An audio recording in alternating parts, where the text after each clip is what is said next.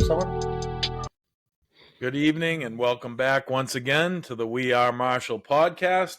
My name is Stephen Marshall and this is my co-host Bill McIntyre. We are just two guys discussing the issues of the day, laying out the facts of those issues, and giving you our opinion and view on those issues. We would also love it here at the We Are Marshall podcast if you would like and share all of our episodes around your social media. We can be found on YouTube, TikTok, Facebook, Instagram, Locals, X, Truth Social, and Rumble. Rumble is where we populate our full channel with season 1 and 2 of all our episodes. Download the free app Rumble and search the We Are Marshall podcast. Then subscribe and follow to get notifications of new episodes and other endeavors by Bill and I. Check out our episodes on all of these social media sites and share them to help us grow. We would also love it if you would check out our website at www. You can see a number of things Bill and I are working on the website. If you go to Bill's bio, you can click on a link to all his blog posts and check out Vella on Amazon, where Bill also writes episodic short stories for your viewing. Check out my two books currently for sale on Amazon. Here's one, The Unforeseen Enemy, and the other is The Perception Therapist. Both are available now on Amazon.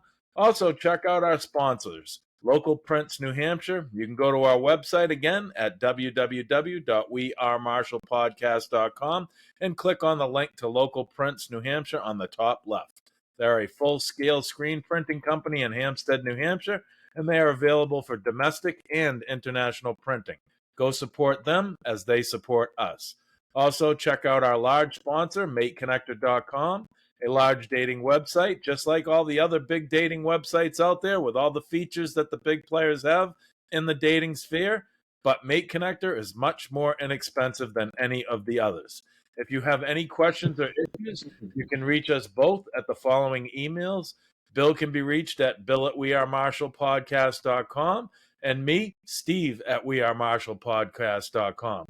Now, we have a lot to cover today, just like every day, so let us jump right into the issues of the day, and I will start with my first issue. And this is going to be an education for most of you, and it educated me on this important aspect, and I'll tie it together after my second story to show you what I'm truly alluding to. Now, how the census has changed America. Now, in April, the Supreme Court began to hear arguments about one of the central requirements of the Constitution. It's right there in Article 1, Section 2, Clause 3. For a government of the people to function, the people must be counted. The founders wanted an enumeration to occur within 3 years of the first meeting of Congress, and then within every subsequent term of 10 years, in such manner as they shall by law direct. A census, in other words. That sounds straightforward, but in 2018, the Trump administration proposed adding a new question to the 2020 census. It's a simple query, 9 words long. Is this person a citizen of the United States? The Secretary of Commerce, Wilbur Ross, first suggested the change at the urging of Steve Bannon, the former White House chief strategist, and it has since been met with widespread criticism. 6 former directors of the Census Bureau from both Republican and Democratic administrations have come out against the question. A federal judge in California deemed it unconstitutional. Another in New York found that Ross's proposal broke a smorgasbord of rules. Now, the Supreme Court will weigh in. The census has not contained a question about citizenship for 70 years. As the Constitution states, the census is supposed to enumerate all people in the United States, not just all citizens. Only 7% of the people living in the U.S. are non-citizens, but the number of people living in households with a non-citizen is higher, 14%. Among Asian Americans and Latin Americans, that figure rises to 45 and 46%, respectively. The Census Bureau's chief scientist, John Aboud, said that adding a citizenship question would deter at least 630,000 households from completing the form. And a government estimate predicted that 6.5 million people might not be counted as a result. That sort of distortion would have enormous consequences. The census determines the distribution of seats in Congress and the Electoral College. It's also used to apportion nearly $1 trillion in federal spending to fund schools, hospitals, and roads. If a segment of the population, whether an entire state or an ethnic community, is undercounted, its resources are diminished accordingly. The Supreme Court prides itself on being apolitical, but this case has already provoked deep partisan feelings. This is precisely because the census is, more than it might seem, a mirror of our politics. It has always reflected the promise and prejudices of our country, and its story drives to the heart of the Constitution. Indeed, it is in its very first three words, who are we, the people, the question was important to the founders, who understood that a precise census was essential for any government of the people to work. Figuring out who lived here had not been a priority before independence. During British rule, when a new king inherited the throne, the broad reaches of the realm were assessed crudely, and the population was determined through guesswork. In 1714, with the accession of King George I, His Majesty's counters estimated 375,000 white and 50,000 black subjects in the American colonies. Native Americans were certainly present, but they were not considered subjects, and they went uncounted. During the American Revolution, the population shot up to about 2.75 million people, including half a million African Americans. After independence, actuarial certainty remained elusive. It was not easy to track people who were perpetually moving west, away from the seat of the government and the taxes they associated with it. Counting African Americans was another challenge. In the earliest days of nationhood, under the Articles of Confederation, Southern states were delighted to count slave populations because doing so would add to their electoral strength in Congress. Okay, I'm going to say that again because all of this stuff, this line and another one I will reiterate, are going to be big in the story. And that line is because doing so would add to their electoral strength in Congress. Remember, the Electoral College is what elects the president. But at other times, they refused to count them. For example, when a federal tax was tied each state's population, the compromise reached by the Constitution helped to preserve the Union, but at an egregious cost to democracy. African Americans were to be counted as 3/5 of all other persons, an arrangement that inflated Southern clout and made it impossible to check the spread of slavery until the Civil War. Still, the Constitution was a stronger document than the Articles of Confederation, partly because of the census it instituted. The act of counting rooted a rootless people. On the first Monday in August 1790, U.S. Marshals began to fan across the continent, enumerating everyone they could see. It was hard work, there were few rules, and some states needed extensions, especially those that had trouble accepting federal authority, such as Rhode Island and South Carolina. In the early days, the findings were not even published. They were simply posted in each district at two of the most public places to remain for the inspection of all concerned.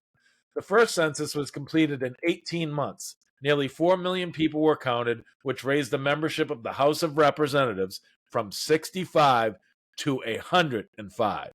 A French statistician was astonished. He declared that the United States was an unprecedented phenomenon, calling the new nation a people who instituted the statistics of their country on the very day when they founded their government and who regulated by the same instrument the census of inhabitants, their civil and political rights, and the destinies of the nation. The very act of asking questions led to more questions, and the census grew fatter each decade. In 1849, the responsibility for the census was removed from its original home, the State Department, and sent into the Department of Interior, which, at the time, was home to such a grab bag of programs that it was known as the Great Miscellany. The 1850 census was a particular triumph. For the first time, it spanned the continent and tracked the restless inhabitants of California, which had been recently acquired. It required more than 3,000 employees to tabulate the results and transport them back to Washington. By 1850, the population of the U.S. had reached a staggering 23,191,876, considerably more than England's population, 15 million. Size mattered to Americans who could not help seeing growth as a sign of divine factor. Walt Whitman, in his poem Year of Meteors, found something lyrical in the dry information being culled across the country. I would sing in my copious song, "Your census returns to the states," he wrote. Not very poetically. He was far from alone in the beleaguered early months of the Civil War. Lincoln took solace in predicting an eventual U.S. population of 250 million. With the North's victory, the three-fifths rule was finally eliminated, which paradoxically gave more power to the South, since it could now count the entirety of its population.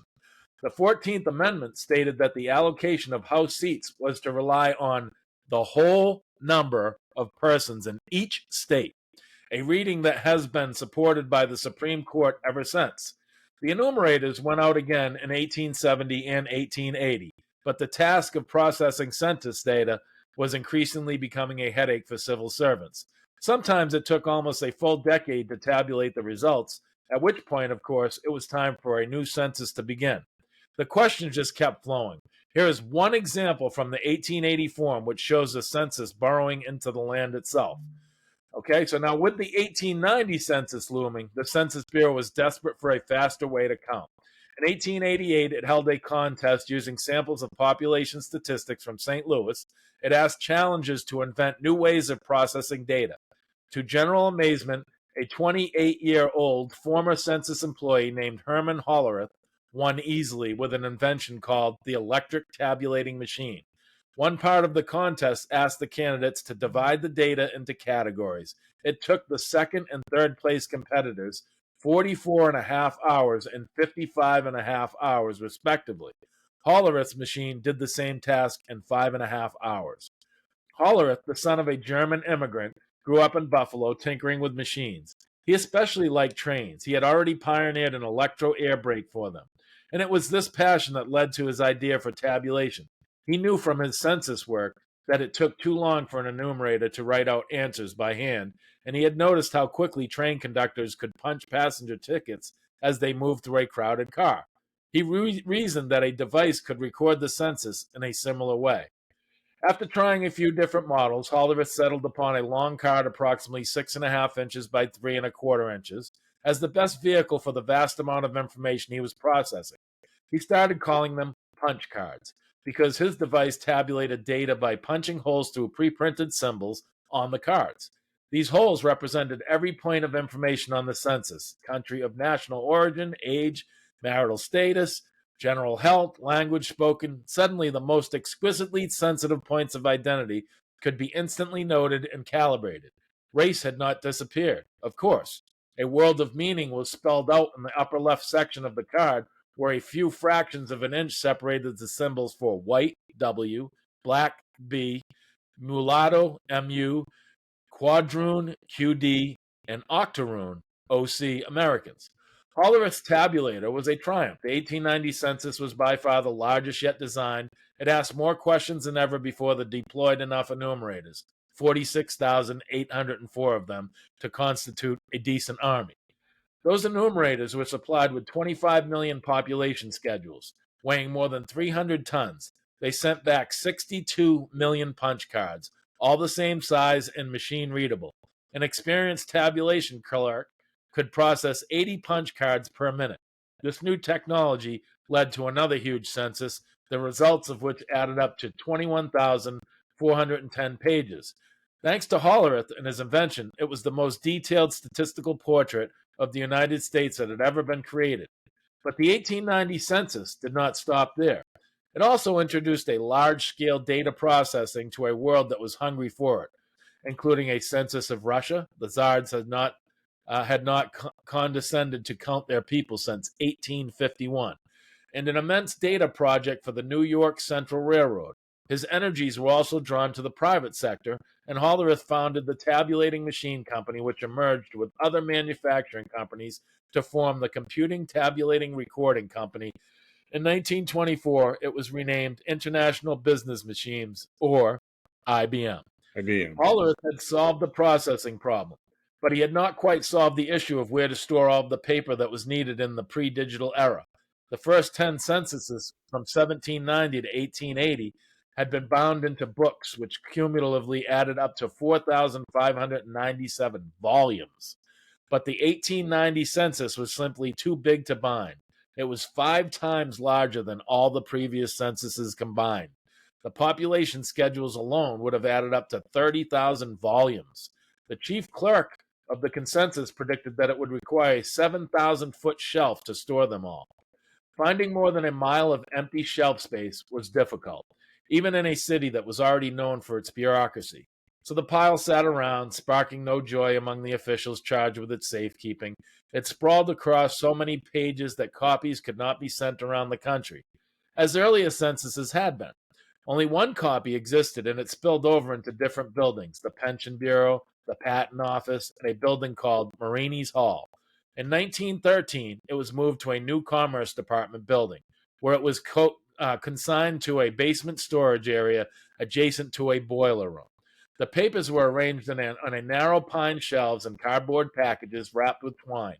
The shelves stood very close to each other, only 20 inches apart. The space was also very hot, more than 90 degrees when the boiler was running.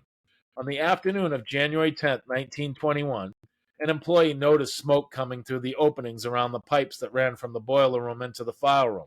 The building was evacuated and firemen were called. The next morning, investigators found charred records floating in an ankle-deep water. They believed that the census might have spontaneously combusted. The census director estimated that 25% of the records were gone, half of what remained was damaged. The greatest effort in history to tell a nation's story had gone up in a puff of smoke. In the wake of the fire, the government began to reassess its responsibility to the past. In an op-ed, the Washington Post argued that new steps were needed to protect the Declaration of Independence and the Constitution, which were then kept in wooden cabinets at the old State Department. The idea of a national archives also emerged in response to the disaster. The remains of the 1890 census, meanwhile, were placed in an old brewery where they lingered for another decade. Congress authorized their destruction on February 21st, 1933, the day after President Herbert Hoover laid the cornerstone for the archives. Time is now running short before the 2020 census. Our 24th will begin. It's possible that it could be a unifying experience. More likely, it will be bitterly contested, like every other aspect of nationhood. It will also be the most digital census in U.S. history, conducted mostly online and facilitated by enumerators guided by apps. Herman Hollerith would have surely embraced the speed and accuracy that these technologies provide, but they also incite certain fears that a foreign power might try to hack the result, or that the system will fail for its own reasons. In 2016, a high-tech census crashed in Australia thanks to chronic underfunding of the Census Bureau. The census's new tools have been rigorously tested for the fiscal year 2019. The administration asked Congress to provide $400 million less to the Bureau than it received in 2009. Still, we have no choice but to honor the precise instructions of the founders. They knew that self-government begins with self-understanding. Accounting for every person in the nation was a matter of principle. No one would have blamed the Washington administration if it had paused before the first count in 1790 to deal with more pressing problems. But the nation went ahead with the enumeration, and a government of the people was established for it to endure. We must once again ask who we are. In other words, we need a new census that's coming out. It's going to do all of this data. It's much quicker than what Hollerith had created. But what we got to understand, there's two aspects put in there. We must count all people, not citizens, and counting all those people changes how we set up the Electoral College, how federal funding goes out. So that affects all the spending through Congress, and it also affects the big one, everybody that's elected in this country, whether it be a state rep, a governor, the state senators, a president. And then when you get the president, they nominate all these people that go into their cabinet. So the control by the census is enormous. And I'm going to paint it out a little bit more in my next episode. I do want some input on Bill from this because we're going to have a good dialogue after mine about the culmination of all this and what it's really doing. And Bill knows what I'm going for on this, and that's when we'll really go. So what do you think, Bill? Oh, that's a fascinating story. I learned something, like I always do. I never knew that the person who came up with that system was ended up founding IBM. That's amazing. Yeah, that's good stuff. Well, Steve, the two things I want to focus on, because that was very educational. I can't imagine anyone didn't get something out of that. But what I want to focus on is the Trump thing. And it's interesting that it's Trump, because if any less controversial president had proposed that, I wonder if it would be as controversial as it was, because Trump's mantra is always going to be about immigration. 100 years from now, people are going to relate him to the guy who, tried to crack down on immigrants all the time.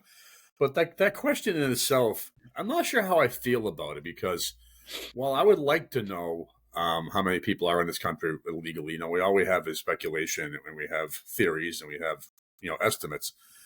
But the problem is that people are less likely to answer now that question is on the ballot, because they fear retribution. Deportation would probably be something that I think would be on their mind if that's the case.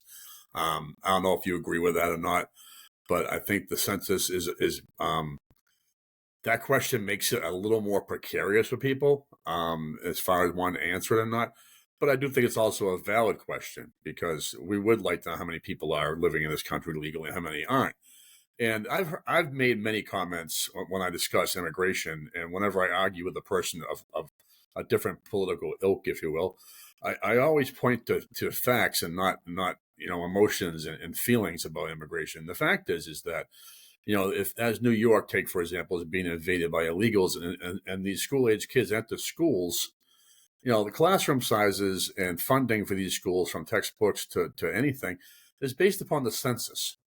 And if people don't have accurate census numbers, then programs that we count upon are going to fail, like infrastructure, education, and other things. And never mind the political aspects of it, in which it has a say in how many representatives and all that you have. So it's a very interesting thing, because the census in and of itself is so hard to conduct, given that people are all over the place all the time, traveling, moving about, whatever. But you add to it, the immigration status, and it becomes a more complex issue. But it's an amazing system. We were the first to do it in the world. We're the first to recognize the importance of it, and it's a real indication that the government does have some really good ideas. Um, and I guess the only other thing I want to focus on, well, I mean, that's pretty much it. Like I said, I believe in the census, and I'm concerned about it, and I recognize the impact that it has. But you really drove home some amazing aspects of how it was formulated, because I always would imagine that the trial and error goes into an undertaking like that must have been just off the charts complicated. Of course. I mean, So it was stated clearly, but we do need to know how many people are here illegally who are mhm, non-citizens. It's very we do. important. And we also need to break down the demographics of that.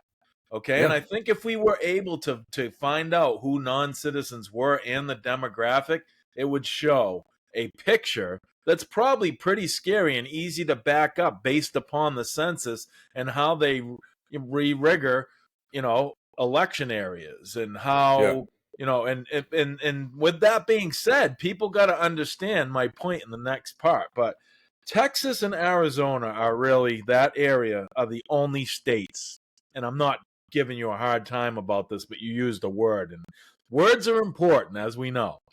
They're the only states being invaded, are Texas and Arizona. Okay?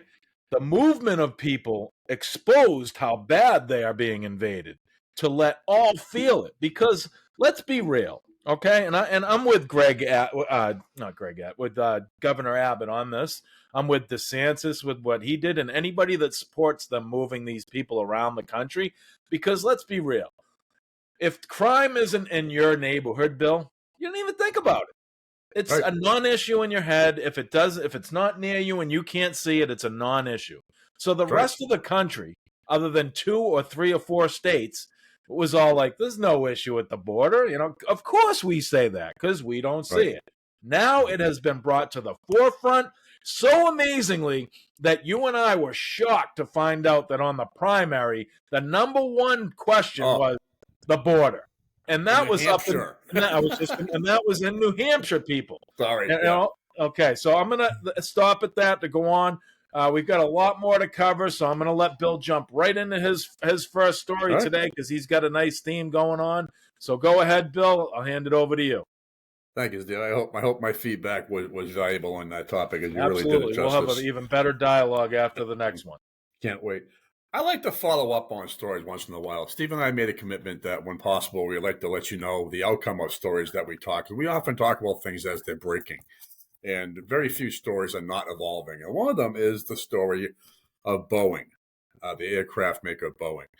They have been in the news consistently with quality control problems, with some severe PR problems, and major mechanical issues.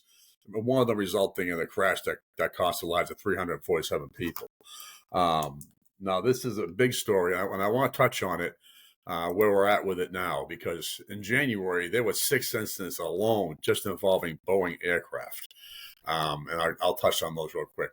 But the audit has been conducted, a 6-week audit of Boeing following the very rough January of 2024 that they experienced, and it's frightening, nothing less than frightening what they came up with. The FAA found multiple quality control issues in a 6-week audit of Boeing.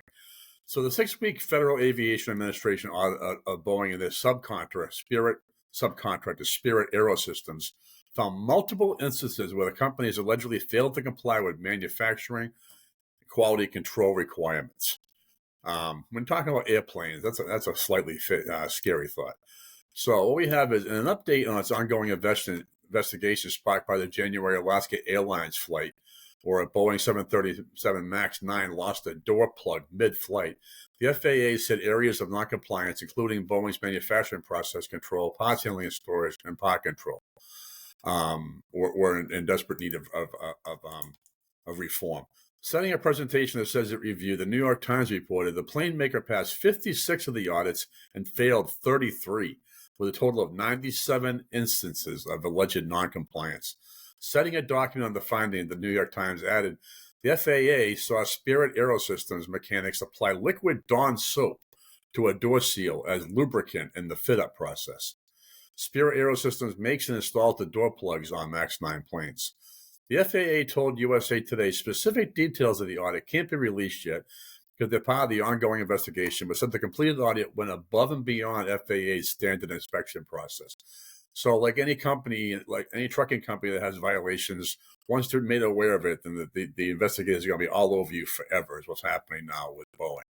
So late last month, Boeing was given 90 days to present a plan to fix systemic quality control issues.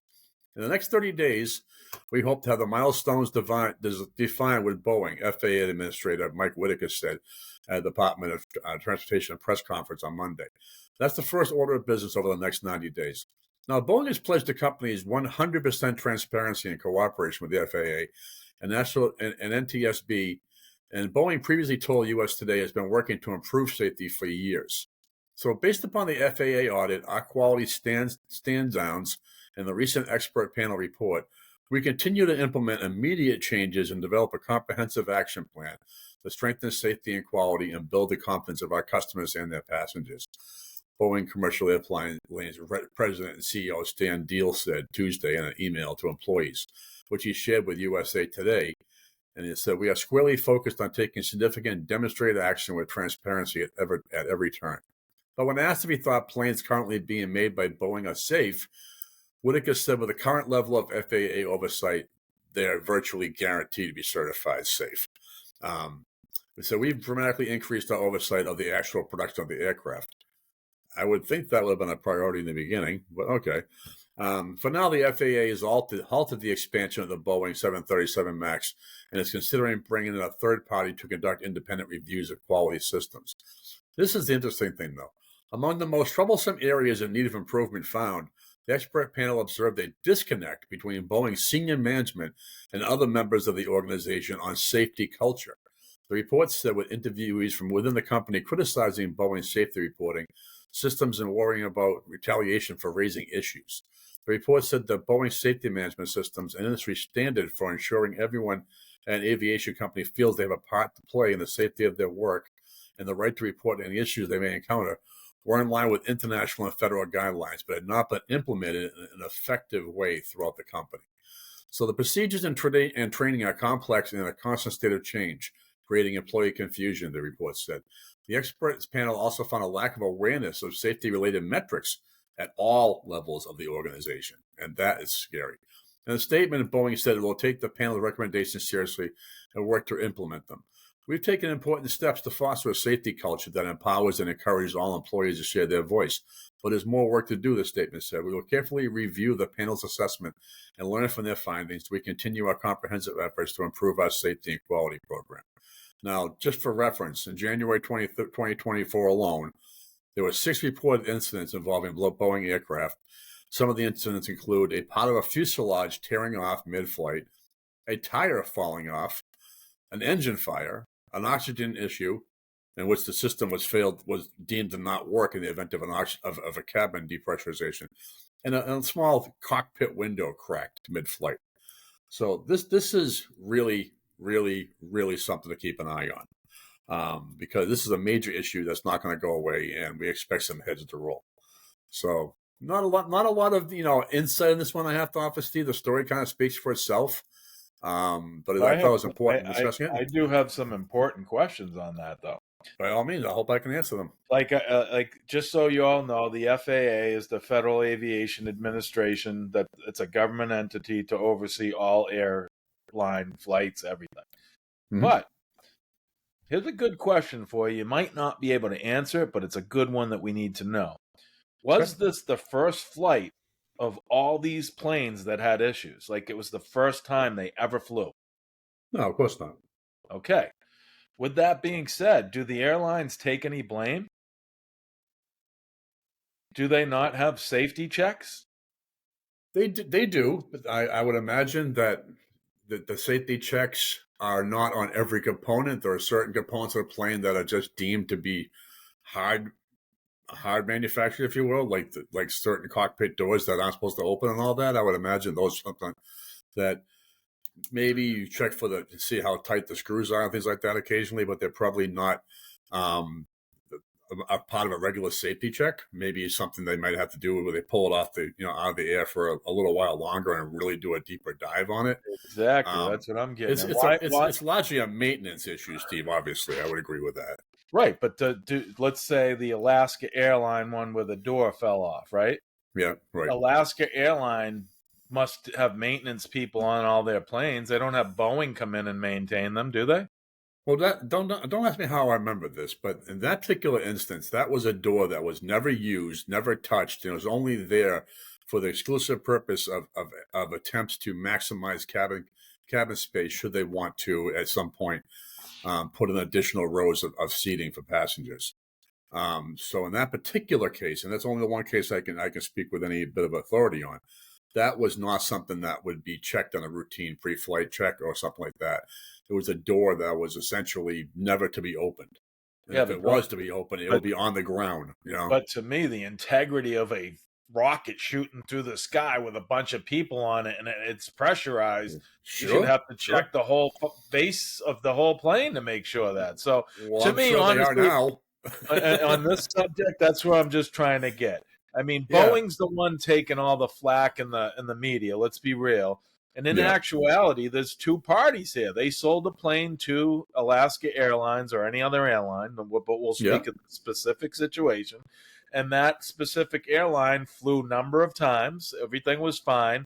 And then all of a sudden this door came off. That if they did a basic check, I bet you before that flight, they would have found that door was probably loose and they may have saved a lot of fear. Well, yeah. The best thing I can think of is that the 737 MAX is a fairly new plane. And new planes will fly, pretty much straight out all the time for a long time with regular maintenance until they have what's probably a scheduled deeper dive maintenance check. It might not have made it to that point. And I'm not defending Boeing, but I do want to give you that. And everything I just said, I didn't really mention, of course, that yes, I'm not insinuating any way that Boeing is exclusively responsible for these accidents. But my next story, some of the things I will tell you about will illustrate that a little further. But yes, we do have to consider the fact that the airline is once in the possession of the airline are maintained by that airline, and there's some responsibility there.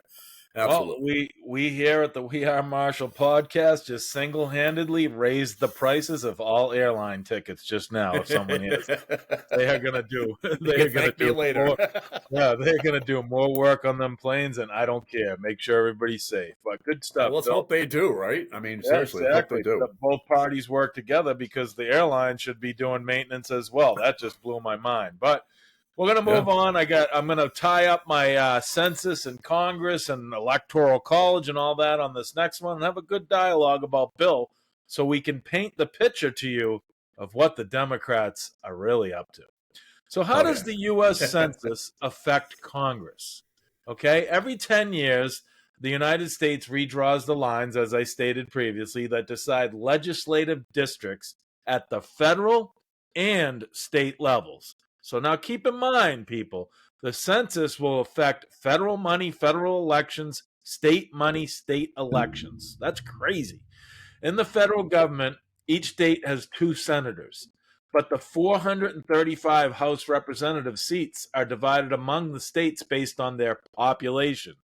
That means the census, which happens every 10 years and years ending in zero, plays a big role. The maximum number of representatives in the U.S. House has been fixed at 435 since 1929.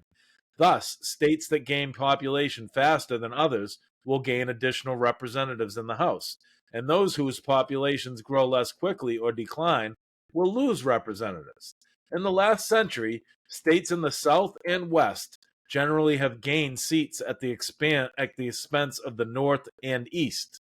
Okay, so after the 2020 census, 5 states gained one House seat: Colorado, Florida, Montana, North Carolina, and Oregon.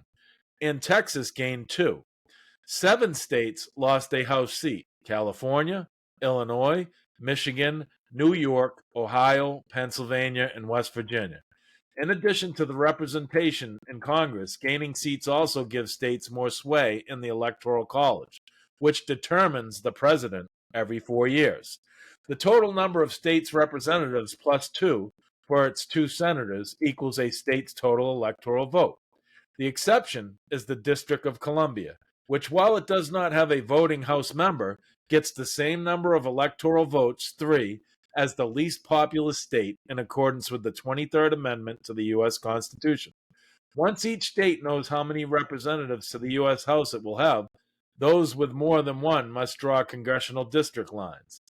The principle is one person, one vote, says Kyle Kondik, who analyzes U.S. House politics for the University of Virginia Center for Politics. If you live in one district and I live in another district, Kondik explains, they should have relatively the same population, so our votes have the same power. Historically, state officials frequently tried to draw maps that might favor their own party. President James Madison was the target of an unsuccessful attempt to redraw lines to cost him his seat in Congress. Redrawing lines to benefit one party is called gerrymandering. Let me just tell you, gerrymandering goes on every year in every single state. After early practitioner Elbridge Gerry, who, in a twist, became Madison's vice president, after decades of not worrying about whether districts are even in size, Kondik said the U.S. Supreme Court made a series of decisions in the 1960s that dictated the population of districts should be relatively equal. If a state legislature and its governor disagree about how to draw districts, the court settles the dispute. Some states try to avoid gerrymandering by using independent commissions to draw the lines instead of elected officials. Bullshit. Still, agreeing to redistricting priorities can be difficult. Should lines be drawn to make as many districts as possible competitive between the two major political parties? Should the districts protect voters' ability to elect people from underrepresented groups?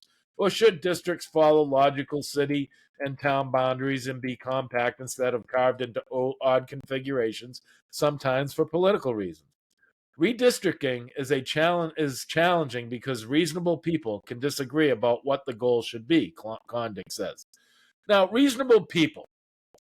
Do we have reasonable people in Congress?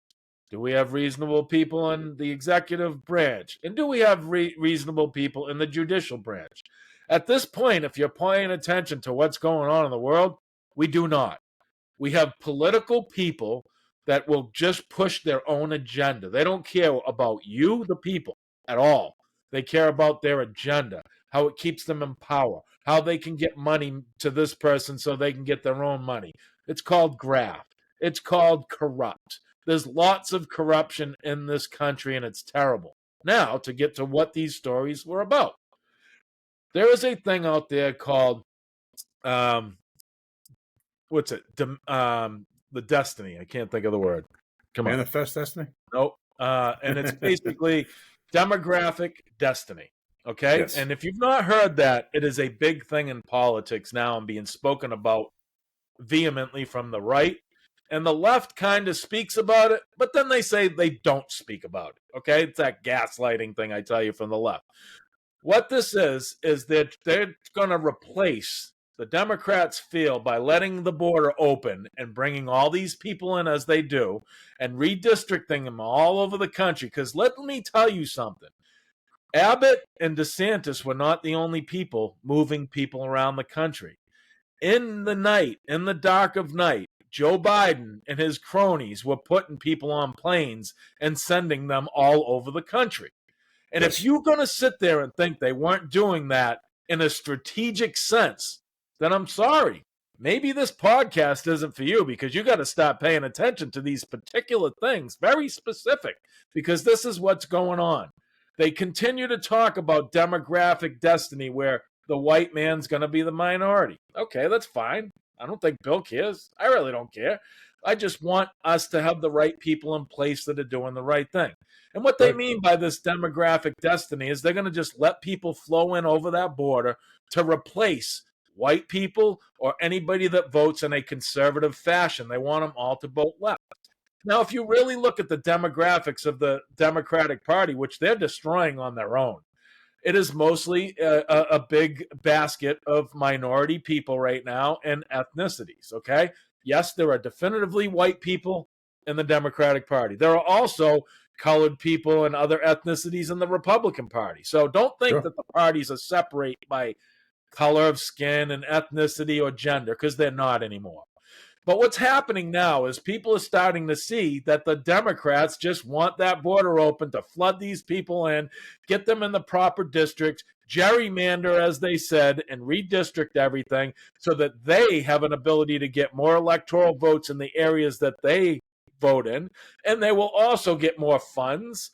They'll get more funds, and that'll give them more money to deal with lobbyists, to deal with corporations, to get money in their own pocket.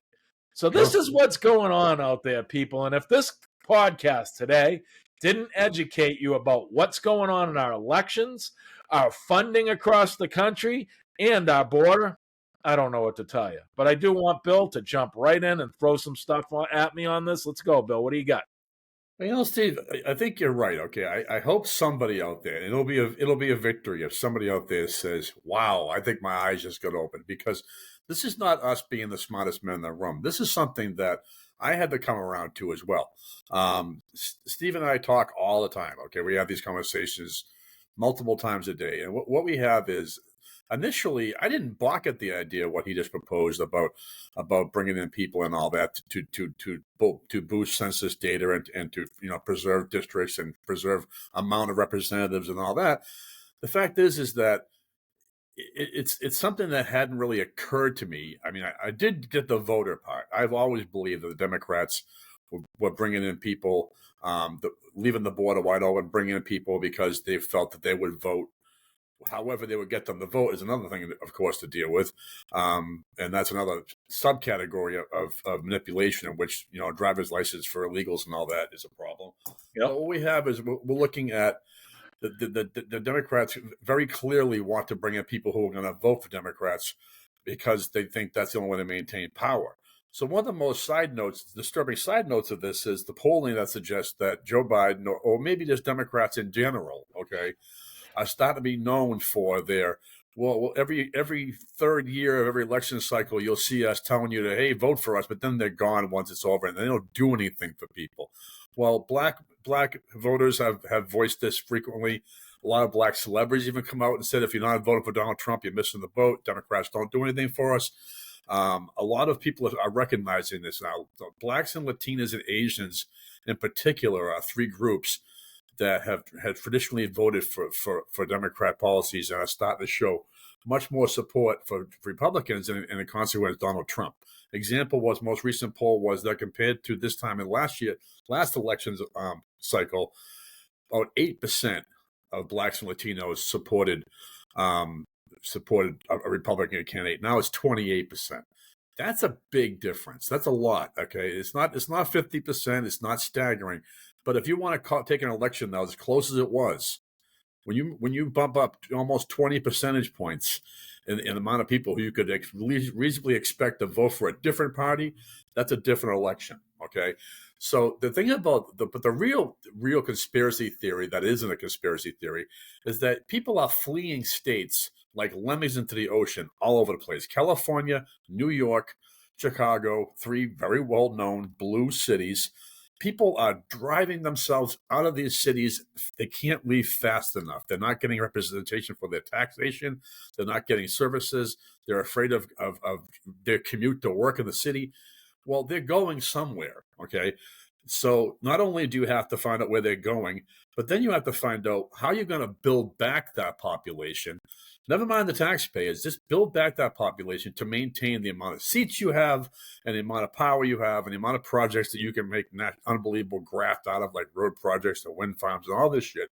It makes perfect sense. So if you're not at least thinking about the possibility that what Steve has proposed is true, you need to, okay? It's not out there. It makes total sense. All I can say in closing, Steve, is that if border jumpers were known to vote Republican, that border would have been closed with a 50-mile high fence years ago.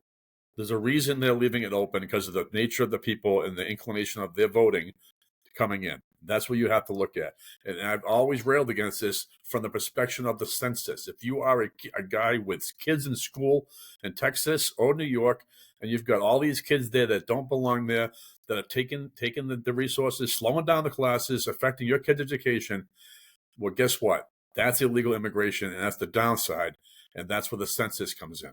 So, well, with all that being said, I hope you take it in, and I do recommend a book that I've been reading right now that is amazing. It's written by a mafia capo, and it's called Mafia Democracy. Okay, and the correlation to our country and its democracy and mafia democracy will send chills down your spine, people.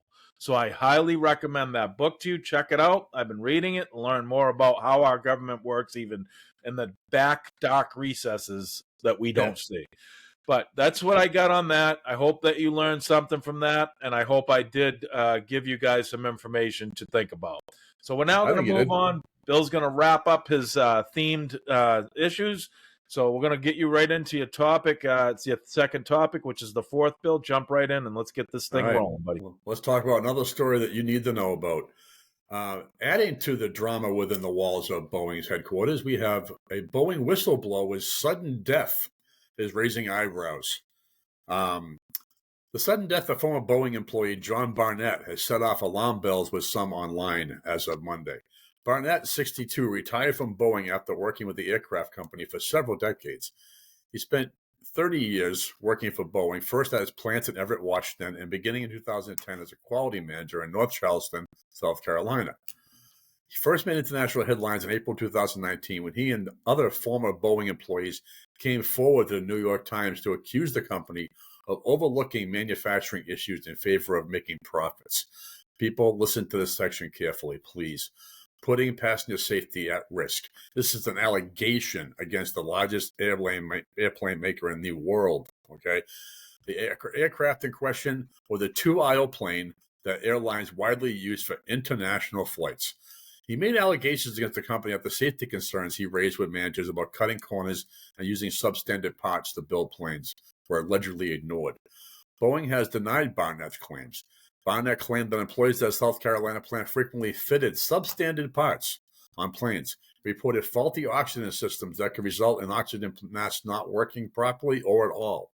Barnett said he knew of at least one case at the factory where workers used parts from scrap bins and basically reconfigured them and fitted them into planes. As a quality manager at Boeing, this is Barnett speaking in a quote, You're the last line of defense before a defect makes it out to the flying public, he told the news outlet at the time. And I haven't seen a plane out of Charleston yet that I'd put my name on saying it's safe and airworthy. Just take a second, okay? Think about that.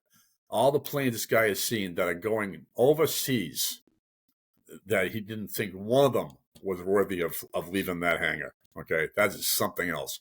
On March 9th, Barnett was found dead from a self-inflicted gunshot wound, according to the Charleston County coroner in South Carolina.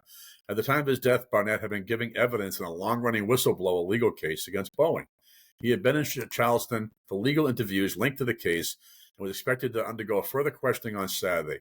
When he did not appear, inquiries were made at his hotel, where he was found dead in his truck in the hotel car parking lot. In a statement following his death, Boeing said, "We are saddened by Mr. Barnett's passing, and our thoughts are with his family and friends." However, since Barnett's passing, some have taken to X to raise questions about his sudden death. X-user Colin Rugg shared a video of Barnett speaking to TMZ about the claims he had made against Boeing. And he wrote, "When he died, Barnett was in Charleston for interviews linked to a case against Boeing. He was supposed to come back for more questions on Saturday and did not show up. Police are investigating Barnett's death to say he died from a self-inflicted gunshot wound. Totally normal," he says. Another X-unit user, Matt Wallace, wrote, "Rumors are circulating that that Boeing suicided," I like to call it Hillary, whistleblower John Barnett, found dead in his car because he was about to expose their entire money laundering operation. Meanwhile, independent presidential candidate Robert F. Kennedy noted Barnett's death, adding that he hopes there will be a genuine investigation into his death. Quote, "John Barnett worked for Boeing for 32 years. The company worked to destroy his life after he exposed a safety concern. I'm proud that my sister Rory worked to tell his story in her award-winning documentary Downfall, the case against Boeing. Boeing killed 346 people out of greed. Let's hope there's a genuine investigation of John Barnett's suicide." All right. If you're not scared, I don't know what to tell you, okay? Because that scares me. I have friends who, one friend in particular, whose father worked in an airline maintenance and repair department, and he had some horror stories. This is even worse, okay? This is a really, really scary thing. And, you know, sometimes these deaths are too suspicious to not think about them. You have to look at this. You know, it's like I said, when you're being Hillary, I don't know how you can tie yourself behind the back and shoot yourself in the head, but that's how these people are dying. And this is something else, okay? It's really something we need to pay attention to. Steve, what are your thoughts? See, I'm not going to jump on the conspiracy theory of this. I don't think there was any nefarious action. I think you had a gentleman that worked for a company for 32 years and pretty much just had to expose his cooperation in putting out a shoddy product. I mean, there were deaths of people because of him. So I think maybe he was sitting in the parking lot contemplating the reality of what he had just exposed and realized that he is complicit in the death of some people. Well, absolutely. And I don't want to say that I am suggesting in any way that I even believe that he was murdered. I just think it is worth looking into, because it is one of those situations in which a foul play could be just as feasible as taking your own life. You know, I mean, this is something I think they should investigate it like they should anything. But I think some people, as usual with conspiratorial crap, are just jumping to a conclusion right now. But, well, this story is important because of the timing, you know, and because of the other ongoing issues that Boeing is experiencing. I don't ever want to put forth something as a conspiracy theory, Steve. So thank you for you kind of put me on the straight path for that one. But I was just reading the story as it's written. And I got you. I'm just making sure the people. But I'm not backing down from what you said or what I said.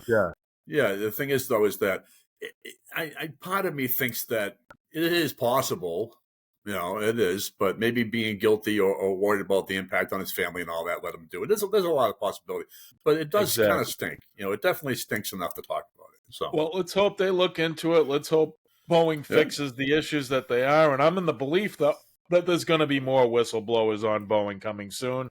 So just stay tuned. Good follow-up on your story, and let's see what transpires down the road. Now we're going to move on at the We Are Marshall podcast here to Bill's This Day in History. If you have any questions or anything you want to discuss with us in regards to the content today, As I stated earlier, you can reach me at steve@wearemarshallpodcast.com. And you can reach Bill at wearemarshallpodcast.com. You can also go to the website. There is a chat there, and you can start a chat up with either Bill or myself. So check that out and go to all of our social media, like, share, and subscribe. Let's spread the word and let's have more dialogue on things going on in the world. Go ahead, Bill, on this day in history. First, I want to do a quick shameless plug. I posted a blog today about a new development in my life about the fact that I'm actually dating a liberal. And it's a fun story, so check it out. All right, today in 1947, President Truman announces the Truman Doctrine. Okay, I will make no bones about it. My favorite president has always been Harry Truman. I think he was one of the last honest men ever to sit in that chair in the Oval Office, and he did some outstanding, monumental decisions in his presidency.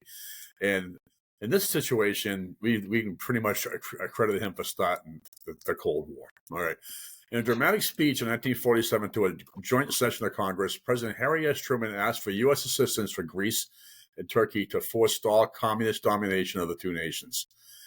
Historians have often cited Truman's address, which came to be known as the Truman Doctrine, as the official declaration of the Cold War. And now, people, for the sake of the Cold War, it was the United States against communism. That's what the Cold War was. And, of course, the biggest player was Russia, but all the little players that Russia used to carry out their agenda, we always ended up fighting, and we lost a lot of American lives over it, okay? So in February 1947, the British government informed the United States that it could no longer fund the economic and military assistance it had been providing to Greece and Turkey since the end of World War II. If you remember, they pulled out of Israel, the Palestinian area, for the same reason. The Truman administration believed that both nations were threatened by communism and jumped at the chance to take a tough stance against our rival, the Soviet Union. And in Greece, leftist forces have been battling the Greek royal government since the end of World War II. In Turkey, the Soviets were demanding some manner of control over a territory called the Dardanelles, in which Turkey was able to dominate the strategic waterway from the Black Sea to the Mediterranean. So on March 12, 1947, Truman appeared before a joint session of Congress to make his case. The world, he declared, faced a choice in the years to come. Nations could adopt a way of life based upon the will of the majority and governments that provided guarantees of individual liberty, or they could face a way of life based upon the will of a minority forcibly imposed upon the majority. This latter regime, he indicated, relied upon terror and oppression. And in the foreign policy and the national security of this country, he claimed, were involved in situations confronting Greece and Turkey. Greece, he argued, was threatened by the terrorist activities of several thousand armed men led by communism. It was incumbent upon the United States to support Greece to become a self-supporting and self-respecting democracy. The freedom-loving people of Turkey, as his words, also needed U.S. aid, was necessary for the maintenance of national integrity. The president declared it must be the policy of the United States to support free peoples who are resisting attempted subjugation by armed minorities or by outside pressures. Truman requested $400 million in assistance for the two nations. Congress took 2 months, but they did approve his request. So the Truman Doctrine was a de facto declaration of the Cold War. Truman's address outlined the broad parameters of the U.S. Cold War foreign policy. The Soviet Union was the center of all communist activity and movements throughout the world. Communism could attack through outside invasion or internal subversion, which we also went through in the form of the McCarthy trials, and the United States needed to provide military and economic assistance to protect nations from communist aggression. So not everybody embraced this logic of Truman. Some realized that the insurgency in Greece, for example, was supported not by the Soviet Union, but by Yugoslavia. His Tito, who broke with the Soviet communists within a year. And additionally, the Soviets were not demanding control of the Dardanelles, but only assurances that the waterway would not be used by Russia's enemies, as the Nazis had used it during World War II. And whether assistance would result in democracy was never guaranteed. So, indeed, both nations established repressive right-wing regimes in the years following the Truman Doctrine. Yet the Truman Doctrine did convince many that the United States was locked in a life-or-death struggle with the Soviet Union, and it set the guidelines for 40 years of U.S.-Soviet relations.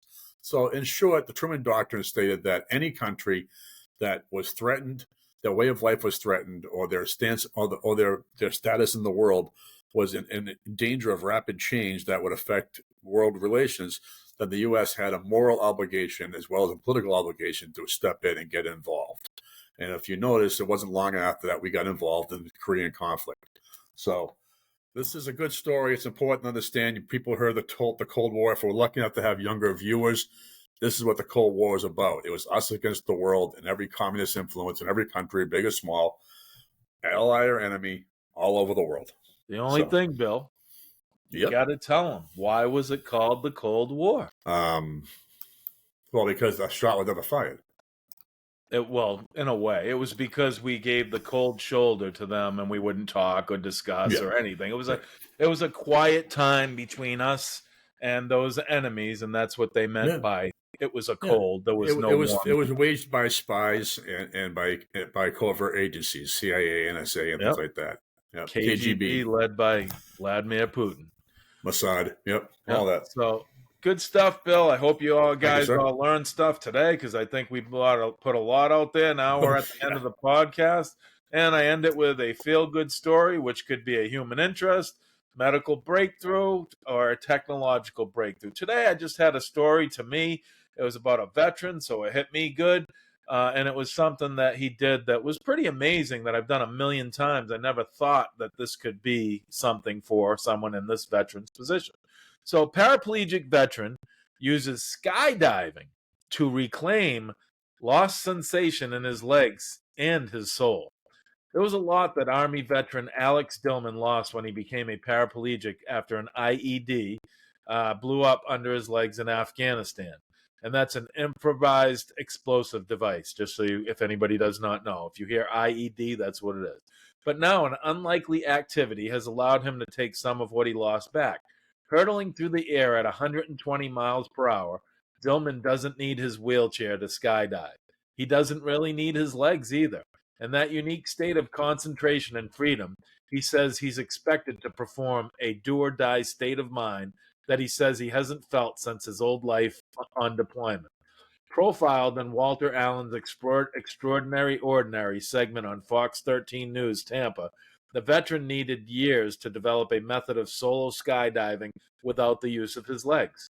In some weird way, the universe has offered me this opportunity. I was capable of doing it on my own. It was all I needed. And it sent me on a wild trajectory, Dillman told Allen and Fox 13. Dillman originally saw adventure therapy as a way to combat depression and PTSD. He suffered from in the wake of his lost abilities, but he never imagined it would help him get some of those abilities back. Now he's part of an adventure therapy nonprofit called Skydive First Project, where he utilizes outdoor adventures to assist individuals suffering from PTSD and depression. Based in Tampa, activities encompass hiking, kayaking, rock climbing, horseback riding, scuba diving, and tandem skydiving. The great thing about skydiving is that it gets me out of the chair, said Dillman. I don't bring my chair with me, so I'm in a free state. I don't need to be in the chair to perform the act of skydiving. I can feel my legs and my feet to a certain extent. I can get a better sense of my overall being, feel what my legs are doing, feel what my hips are doing. Having that feeling again, even if it's for 30 seconds or 60 seconds, is enough for me. That's amazing. Like, I've skydived so many times that I never thought about it, but now when I'm sitting here thinking of falling and the sensation that goes through your body, how amazing this must have been to give this gentleman with this act some feeling or functionality of himself, like he was completely whole again, falling towards the earth at 120 miles per hour. It's fascinating to me. What do you think, Bill? I think it's incredible. I think every one of us needs, unless we happen to be lucky enough to live a life in which, adrenaline is a daily occurrence. I think it's wonderful that anyone, especially this guy, and let's face it, I can imagine the lack of hope that you have, despite how motivational and inspirational you may be as a person.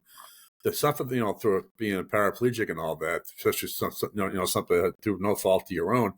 You need to discover the feeling of being alive sometimes to appreciate being alive. And I've always wanted to sometimes do something that would make me, recognize that living is one thing, but feeling alive is another altogether.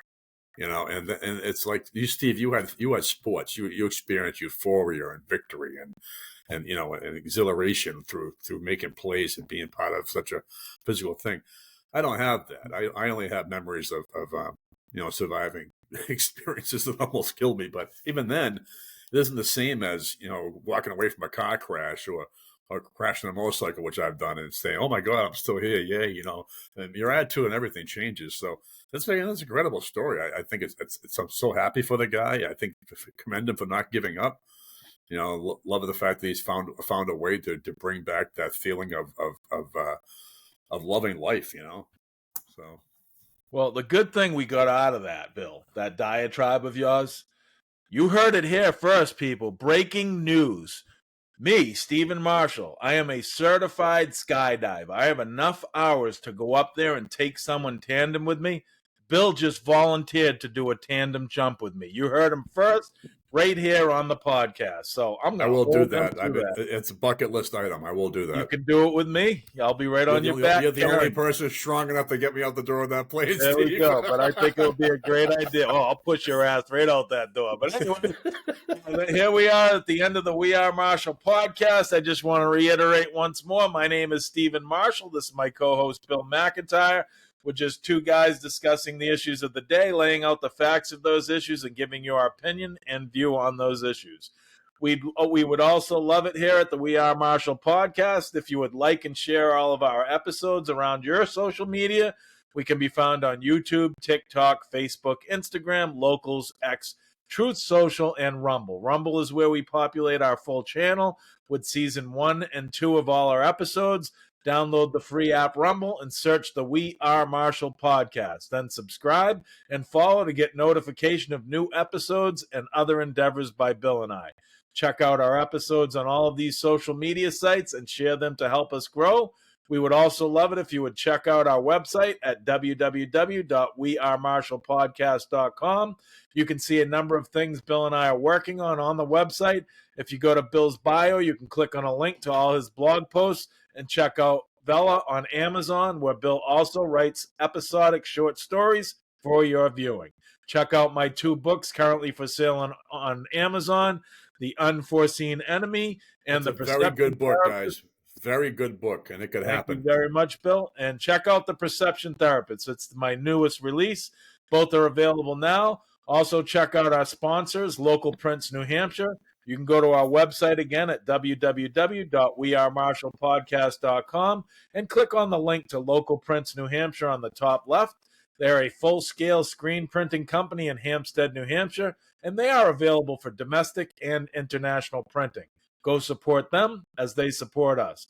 Also, check out our large sponsor, MateConnector.com, a large dating website just like all the other big dating websites out there, with all the features that the big players have in the dating sphere, but Mate Connector is much more inexpensive than any of them. If you have any questions or issues, again, you can reach us both at the following emails. Bill can be reached at bill@wearemarshallpodcast.com, and me, I can be reached at steve@wearemarshallpodcast.com. We have a lot to cover, so we will let this go, and we'll jump back into another podcast tomorrow. We look forward to seeing you. Good job, Bill. A lot there. I think a lot of people learned stuff. So everybody have a good night. We look forward to talking to you again soon. Get on our podcast and share and like it. Spread it around. Spread the word, people. Yeah.